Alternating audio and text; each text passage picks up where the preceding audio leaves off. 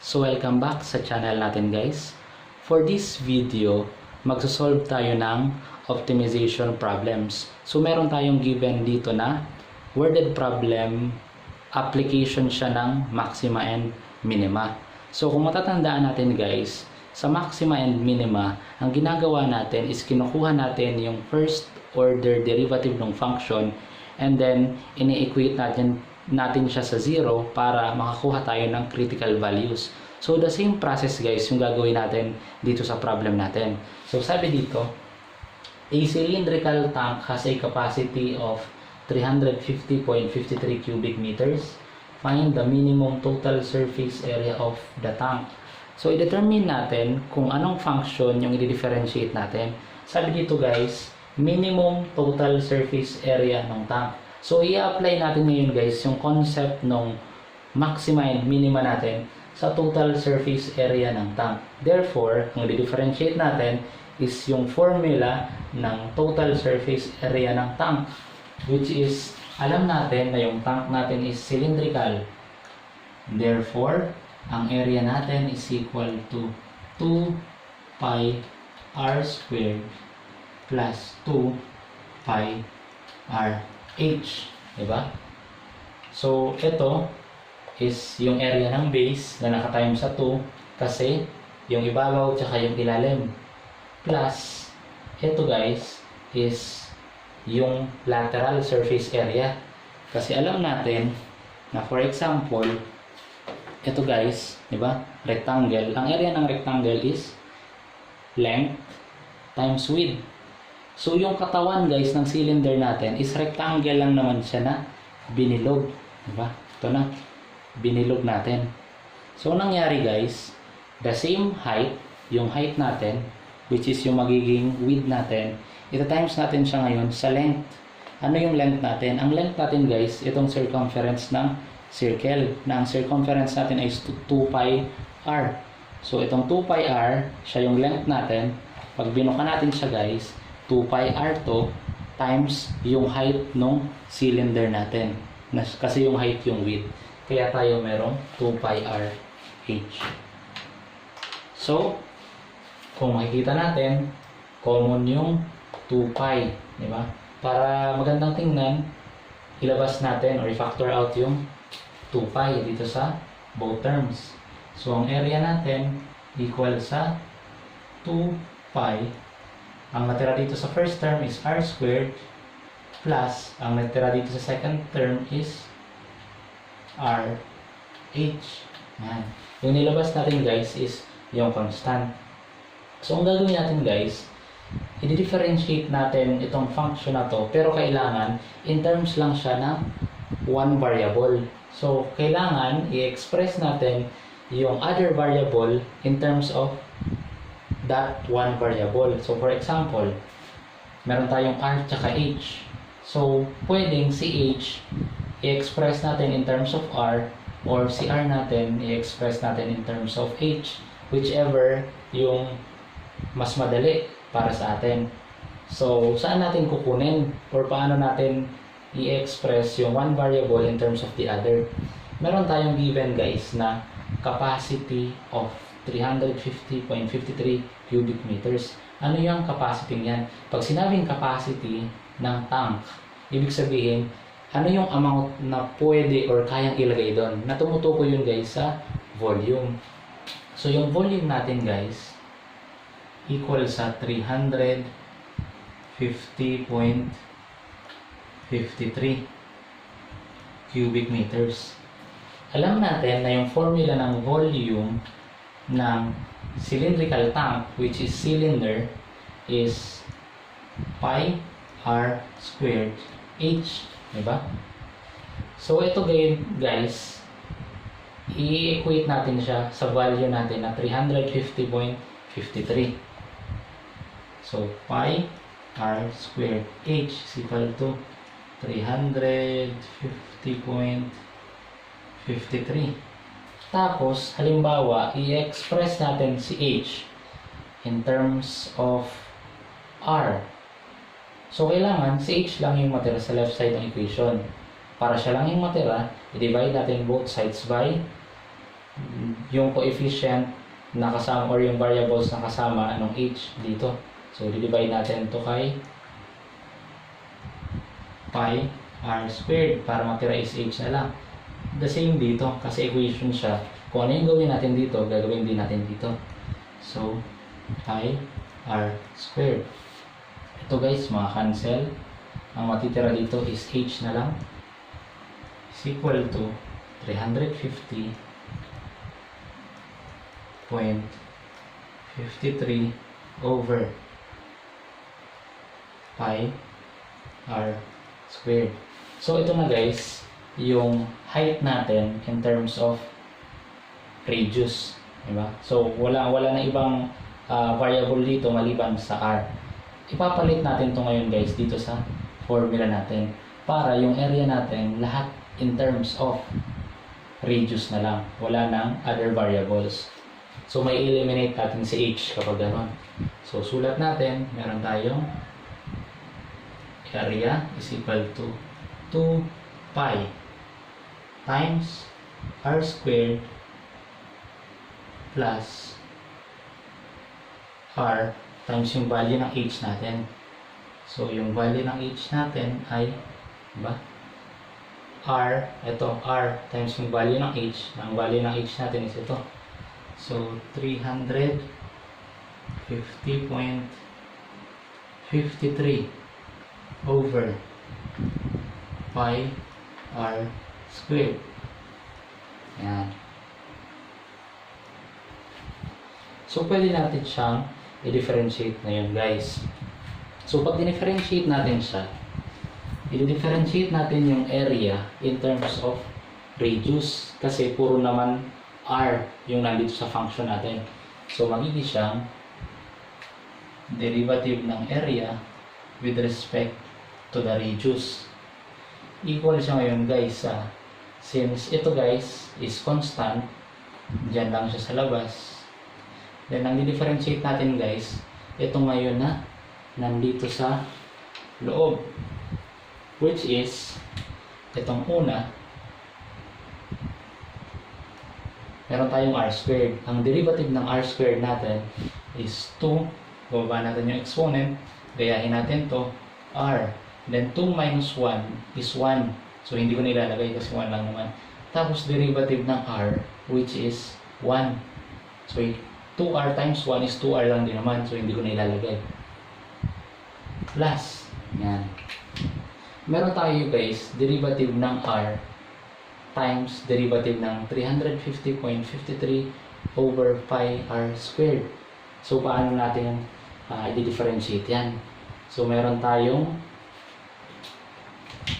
product rule na ang sabi, ang derivative, let's say with respect to x, ng u times v is equal to u, derivative ng v, plus v, derivative ng u. So, mag-set tayo ngayon guys, alin yung u, alin yung v. So, assume natin na ito yung u, yung r, then ito yung v. Diba? So, yung u natin is equal to r. Yung v natin is equal to dito, 350.53.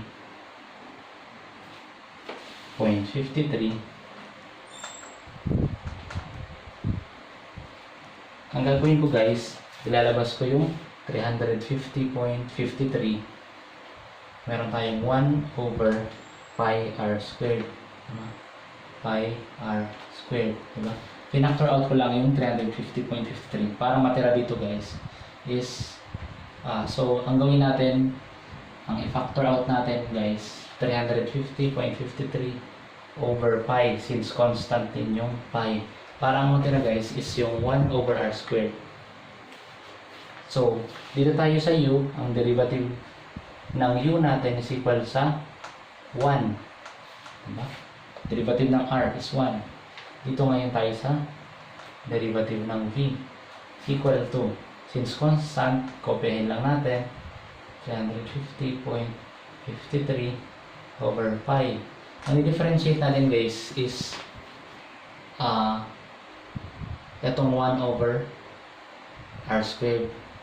Ito guys, para ma-differentiate natin siya or hindi tayo malito, ang gawin natin, ilagay natin siya sa numerator. So, yung exponent na positive 2 magiging negative 2. So, para siya magiging ganito guys. V is equal to 350.53 over pi times r raised to negative 2. Diba? So, ang gagawin natin, pag i-differentiate natin itong r raised to negative 2, ibababa natin yung exponent.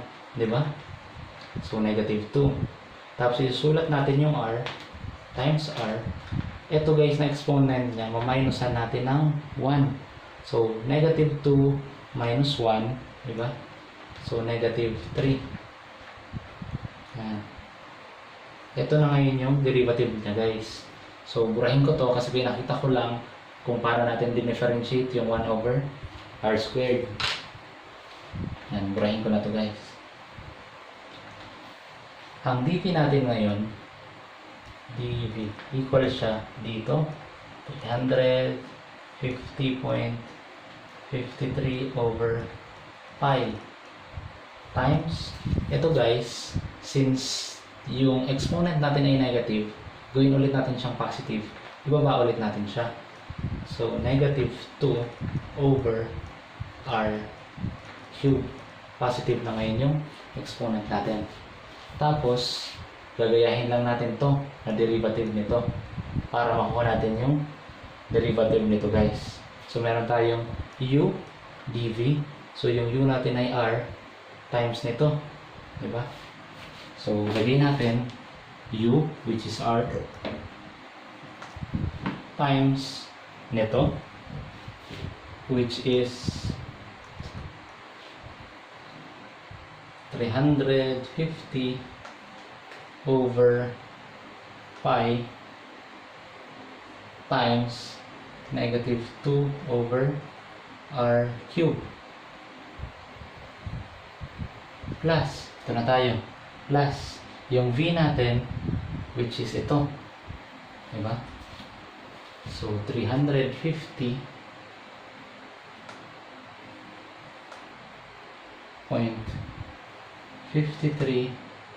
over pi r squared. I-multiply ko lang ulit sa loob, diba? Pi times 1 over r squared is 350.53 over pi r squared times du. Na ang du natin ay 1. So, kahit hindi ko na ilagay, kasi ito times 1, ito lang din naman. So, gagawin natin guys, simplify natin itong nandito sa loob. So, meron tayo, dito na lang natin muna lagay, dA over dr, which is derivative ng area with respect to the radius, equal sa 2 pi times 2r plus. Yan. Burahin na natin to since na-differentiate na natin siya. Meron tayo ngayon guys na r divided by r cube dito. Kasi itong r na to nasa numerator, yung r cube na nandito is nasa denominator. So r divided by r cube is r squared na nasa denominator. So maka-cancel to. Matitira dito is r squared. So meron tayong negative 2 times 350 is negative 700. Diba? Ay, kulang pala to. This is 350.53. Yan. So ito, kung hindi ako nagkakamali, 350 times 2 natin is 350.53 times 2 is 701.06. So this is 701.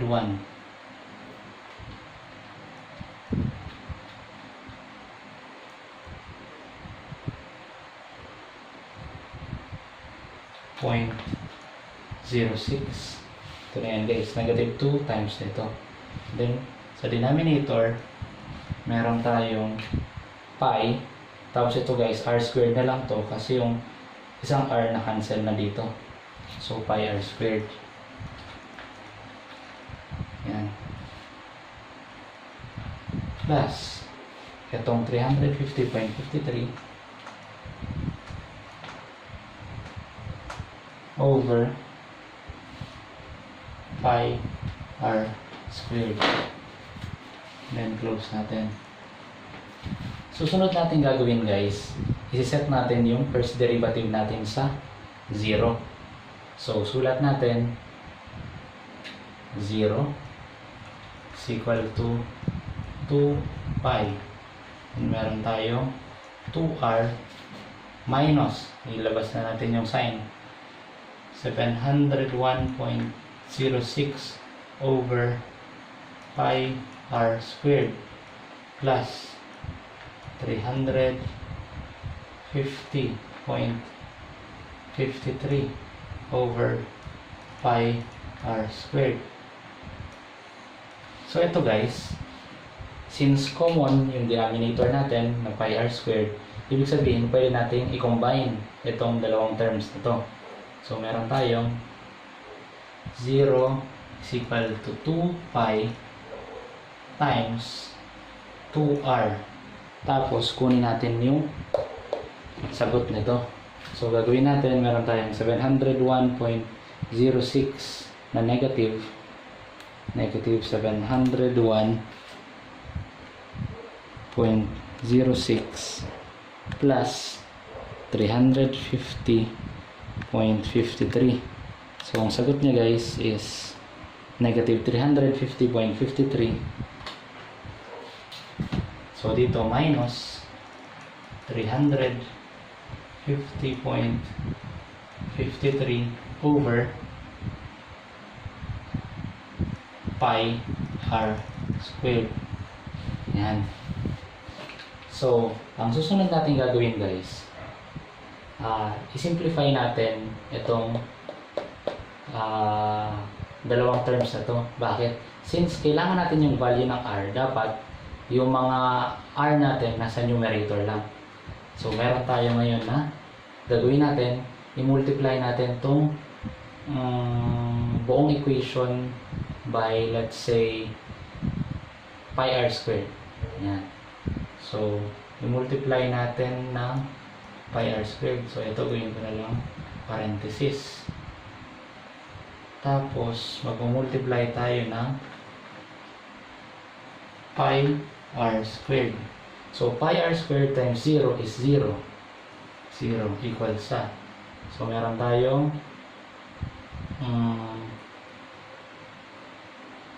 2 pi.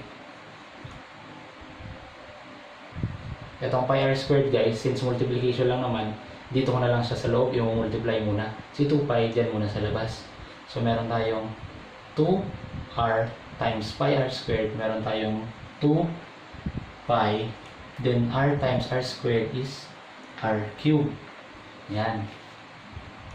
Minus 350.53 over pi r squared times pi r squared, maka-cancel to at saka ito, ang matitira 350.53. Yan. Then ang next step natin guys, itong both sides ng equation, i-divide natin by 2 pi. So ito divide natin ng 2 pi. Ito divide natin ng 2 pi. Bakit? Ang kailangan lang natin guys is yung value ng r cube. So para ma-simplify natin siya, since nag-factor out tayo ng 2 pi, hindi naman mag-matter yun dito kasi ibig sabihin na nag-factor out tayo ng 2 pi, yung sagot na makakuha natin mamaya sa r cube is naka-lowest term na. So wala yung kaso. 0 over 2 pi, diba? Yun natin lagay. So meron tayong 0. 0 over 2 pi is 0. Equal siya ngayon guys ha. Ito at saka ito mag-cancel. So meron tayong 2 pi r cube minus 350.53. So, ang gagawin natin, para makuha yung value ng r cube, ita-transpose natin itong 350.53 sa kabilang side ng equation, tapos i-divide natin guys ng 2 pi. So, parang magiging ganito. 2 pi r cube is equal to 350.53. Naging positive siya guys, kasi itong negative, nung transpose natin, magiging plus. Diba? Divided by 2 pi. So, cancel itong 2 pi. Matitira natin guys is, laktaw tayo dito, punta tayo dito, para may space. Meron tayong r cube is equal to 350.53 over 2 pi. Tapos, para makuha natin yung value ng r cube, ng r, yung r cube is i-cube root natin guys. So, para makancel. Ito rin guys, i-cube root natin, kasi kahit anong gawin natin sa kabilang side ng equation, dapat gawin din natin dito. So, makacancel to. Makacancel din tong exponent na 3. So, ang matitira dito is r. Equal siya ngayon sa, yung value nito guys, i-calculator natin. Meron tayong cube root. So, lalagay ko dito. Cube root ng 350.53 divided by 2 pi. So, yung lalabas na sagot guys is 3.82.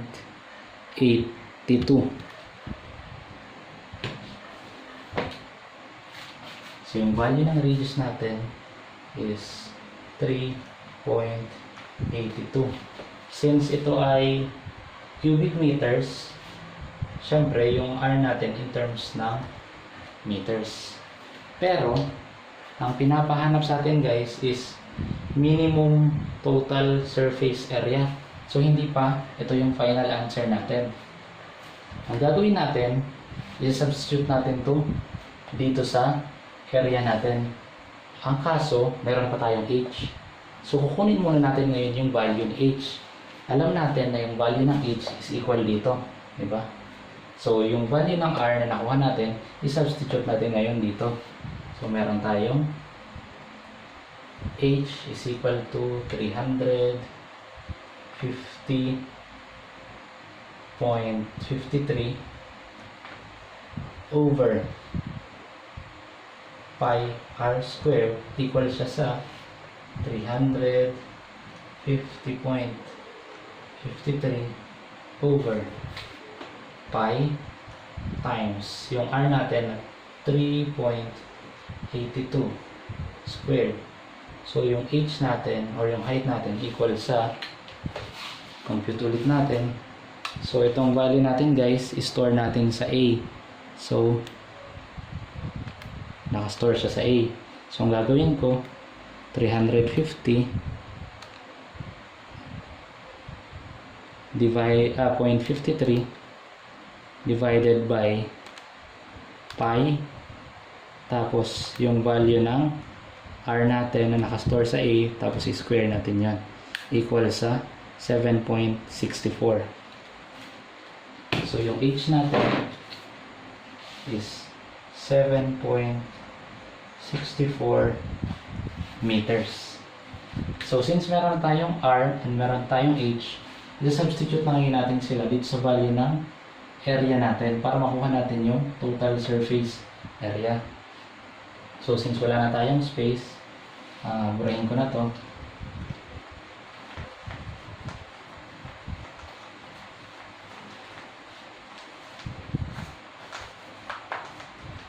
So kopyahin lang natin area is equal to, iasog natin ng konti. So yung area equal to 2 pi times yung value ng radius natin, which is 3.82 squared plus 3.82 times yung value ng h natin, which is 7.64. Ayan. So, yung area natin ngayon guys, equal sa compute natin. So, yung 7.64 nandito pa. Gagawin ko, store ko naman siya ngayon sa B. Yan. So, para madali, meron tayong 2 pi times yung value ng radius natin na naka-square, which is naka-store sa A, squared ko, plus plus value ulit ng radius times yung value ng height na naka-store sa B.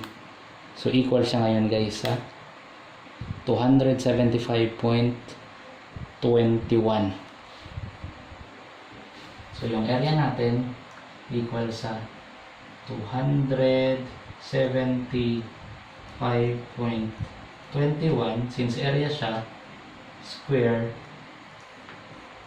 meters. So, ito yung minimum total surface area ng tank.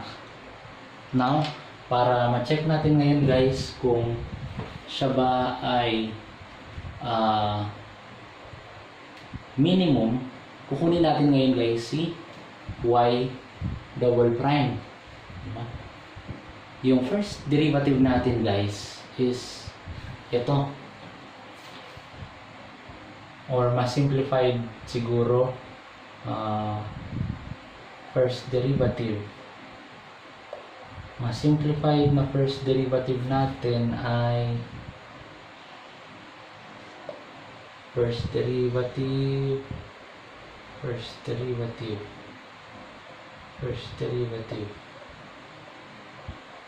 siguro ito. Yan. So yung simplified na first derivative natin, kasi ito equal lang naman to sa, di ba? Sinet natin to as 0. So ibig sabihin, ito equal lang sa y prime or sa derivative ng area with respect to r. Sinimplify lang naman natin hanggang dito. So meron tayong derivative ng area with respect to the radius na 2 pi times 2 pi r cube minus 350.53. Ito guys, differentiate natin ng isa pang beses. So meron tayong d prime of a over dr is equal to, yung 2 pi is constant, then meron tayong 2 pi times derivative natin ng r cube is 3r squared minus derivative natin ng 0 ng 350.53 is 0. So ito na, so simplify na lang natin, equal to sa, meron tayong 2 pi times 2 pi